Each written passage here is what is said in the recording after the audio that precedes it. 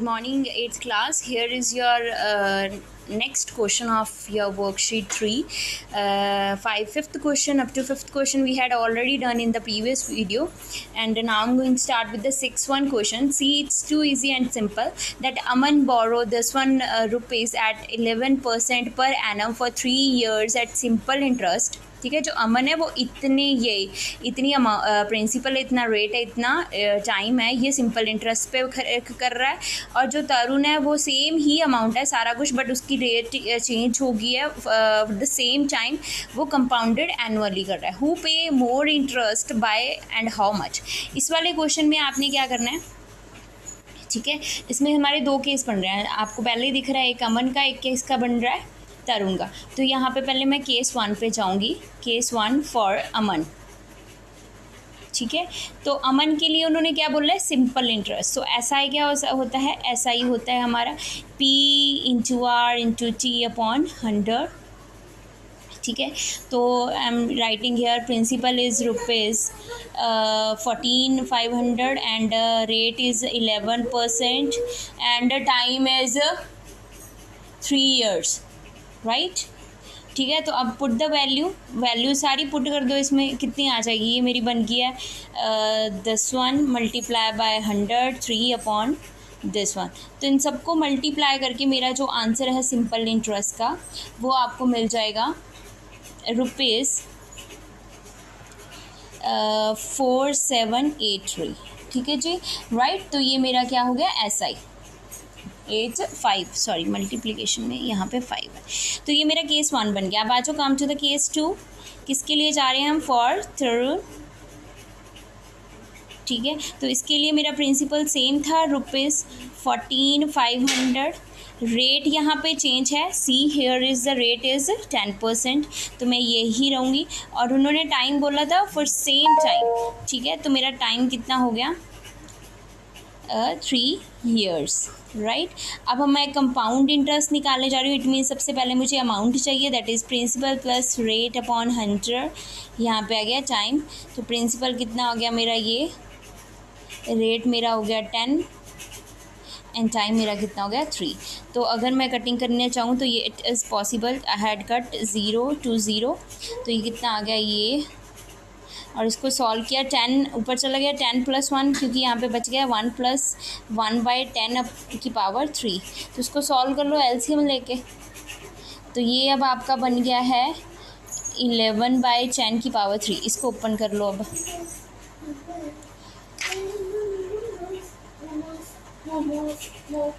ठीक है। तो ये 0 कट गया, ये 0 कट गया, ठीक है। And the answer will be of this one question, जब हम इसको मल्टीप्लाई करेंगे and here is 10 also divide करेंगे, तो आपका आंसर आ जाएगा ₹19299.5। तो ये मेरी कितनी आ गई, अमाउंट आ गई है। अब मैंने निकाली है सी आई, तो सी आई होती है प्रिंसिपल माइनस अमाउंट, ठीक है। तो प्रिंसिपल मेरा कितना है, प्रिंसिपल मेरे पास जो है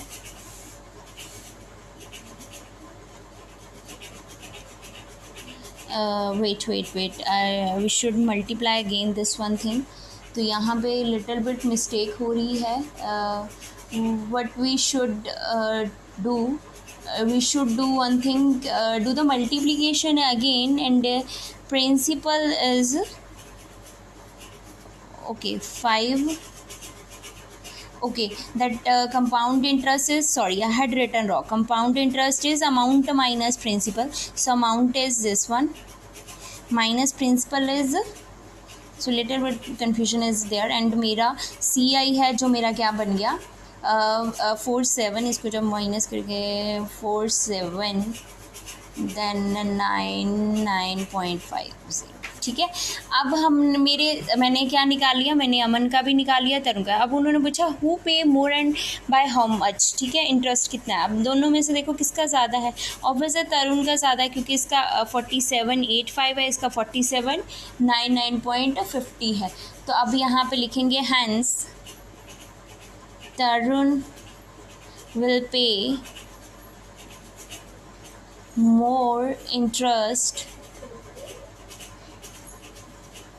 by 4799.5 minus 4785 is equal to rupees 14.50, 5। तो ये हमारा आंसर आ गया। Got it? I hope so it has clear. Simple questions हैं, इनको बिल्कुल अच्छे से करना है, आपको कोई प्रॉब्लम नहीं होगी। Let's see another one question that is 7 will explain you and try to do. ये क्या है, that simple interest of the certain sum of money that is for 2 years is this one and this one. What will be the compound interest on the sum at the same rate for the same time period? ठीक है, तो हमने CI find करनी है। तो इसके लिए सबसे पहले देखो क्या है, इन्होंने बोला सिंपल इंटरेस्ट, जो आपको SI दी हुई है ये, ठीक है, जो सिंपल इंटरेस्ट है वो हमें गिवन है 2 years पे और इतने रेट पे। तो ये डिफरेंट है, विल डू।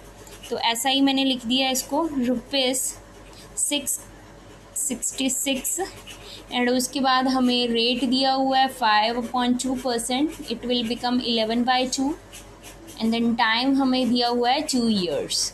ठीक है, सो ऑब्वियसली एस आई दिया है तो I should go with the SI formula so that I can find the principal, right.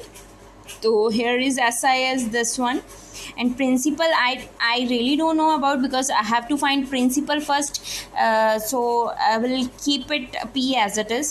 R की जगह मैंने लिख दिया 11/11 इंटू 2 ये, और 2 इसका नीचे चला जाएगा फ्रॉम दी ऑफ 100, ये 2 कैंसिल हो गया एंड ये इधर चला जाएगा। अब ये इसको इधर ले जाओ इसके रेसिप्रोकल में, तो 11 यहाँ पे आ गया एंड P यहाँ पे आ गया। 11 ने इसको कट किया 6 पे, तो 600 बच गया एंड प्रिंसिपल मेरे पास आ गया है, hair will get ₹6000, 4 zeros are there। Is it clear? I hope so you have cleared that how can I find that principal। Now अब मेरा नेक्स्ट लाइन क्या बोल रही थी, कंपाउंड इंटरेस्ट फाइंड करना है। तो for compound interest we will go for the amount. So A + 1/100/2, तो ये मेरे प्रिंसिपल कितना दिया हुआ है मुझे, मैंने फाइंड कर लिया है एंड ये मेरा बन गया 2/100। दिस वन, ये पता लग गया होगा कि 2 कैसे आ गया, बिकॉज रेट मेरी 11/2 थी तो मैंने 2 नीचे लिख दिया। तो ये मेरा बन गया है अब 2 ने 100 से मल्टीप्लाई किया that it will become 200 and this one again 2 11 इसका मैंने एलसीएम ले लिया है। तो now you have to solve it.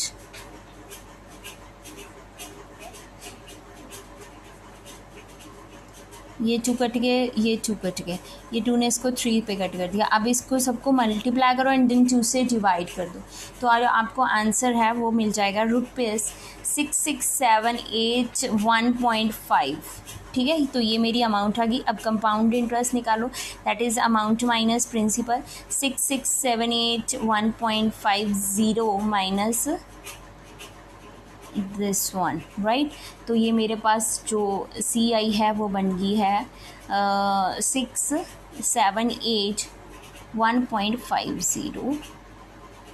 तो ये मेरी CI आ गई। तो आई होप सो क्लियर बच्चे। These questions are very easy and tricky, just you have to understood the statement what they are said and when the statement will be clear then you may do easily this one question।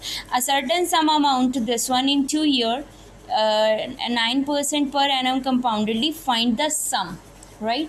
तो यहाँ पे जो आपको दी है A दी हुई है, T दी हुई है, ठीक है, एंड उसके बाद रेट दिया हुआ है।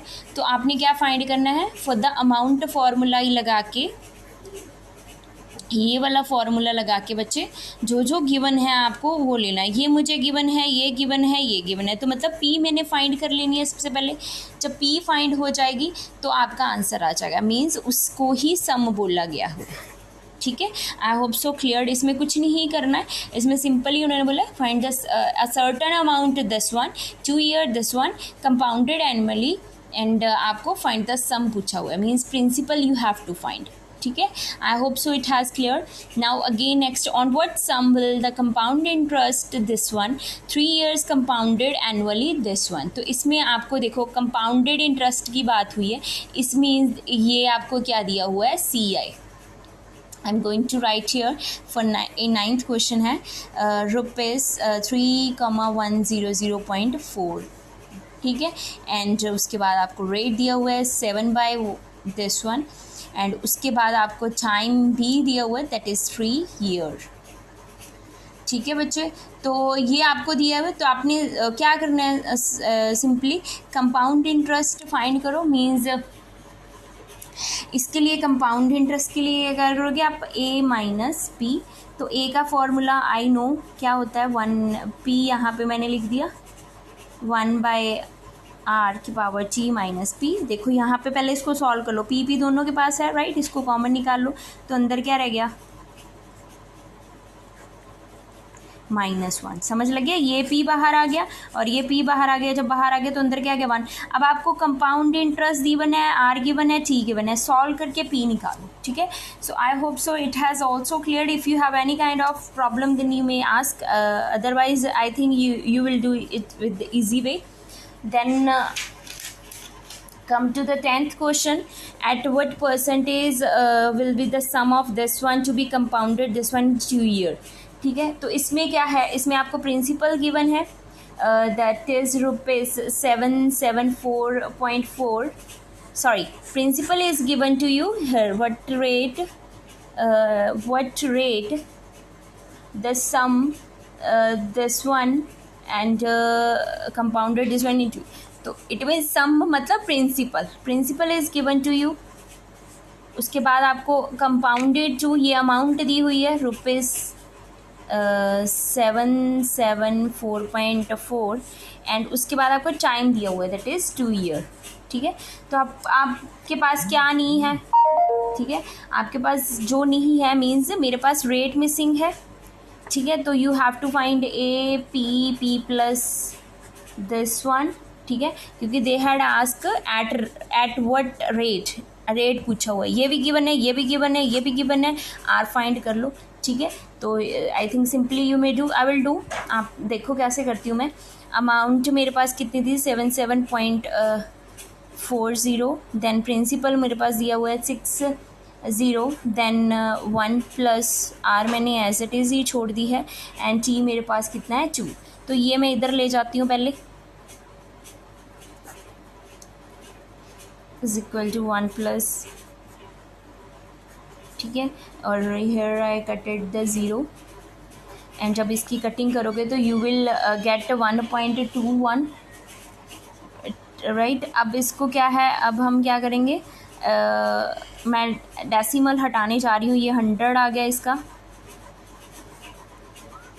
ठीक है। अब 121 किसका स्क्वायर होता है 11 का, 100 किसका होता है 10 का,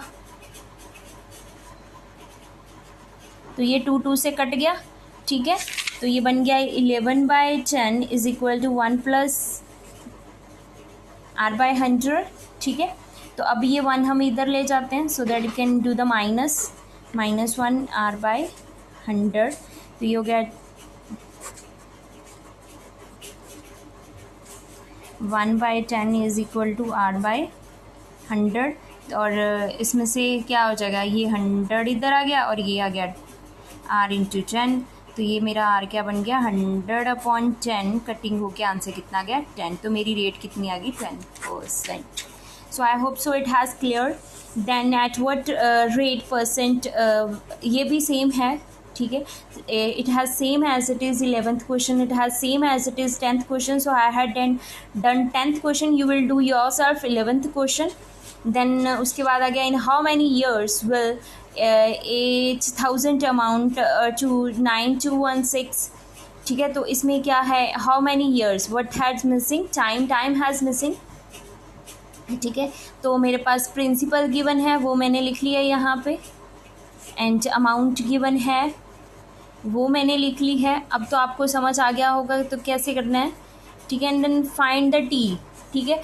तो ऑब्वियसली अमाउंट गिवन है तो will use the amount formula, this one, put all the values whatever you have and then you may find the time, ठीक है। and will do, if you will not able to solve will do, मैं कर देती हूँ यहाँ पे 5/100 and time I had missing तो ये हो गया मेरे पास 8000, यहाँ पे मैंने लिख दिया, एंड ये हो गया 105। ये कटिंग ही हो जाएगी 5 और ये 20 पे, तो ये हो गया 1 + 1/20, यहाँ पे मैंने t लिख दिया, एंड इसकी कटिंग हो जाएगी, नो इन नॉट कटेड, ये अपने आप में ही क्यूब है। ये अगर हम 21 को 3 टाइम मल्टीप्लाई करते हैं तो वी विल गेट 10, एंड अगर हम 20 को 3 टाइम मल्टीप्लाई करते हैं तो ये आ जाएगा, तो ये इसकी पावर बन गया, और ये ऑलरेडी बन गया 21/20। तो ये तो हमारी कंपेयरिंग बोथ साइड, जब हमने बोथ साइड किया तो मेरे पास टाइम कितना आ गया, ठीक है। जब हमारी बेस सेम होते हैं तो हम लेफ्ट कर देते हैं, तो इसकी इक्वालिटी कर लेते हैं। तो I hope so it has cleared. So here are the 19th questions are there, so up to 12th you have to finish in what time? I think 13 is also same. Yes, 12 and 12 I had done. This one the 12th question, 12th I had done, and you may do 13. Up to 13 you will solve. Agar if I talk about the 14, 15, 16, these are the similar and easy, but I think it's too huge. तो आप लोग 13 तक finish up करो. After that we'll start with the next video. Thank you so much.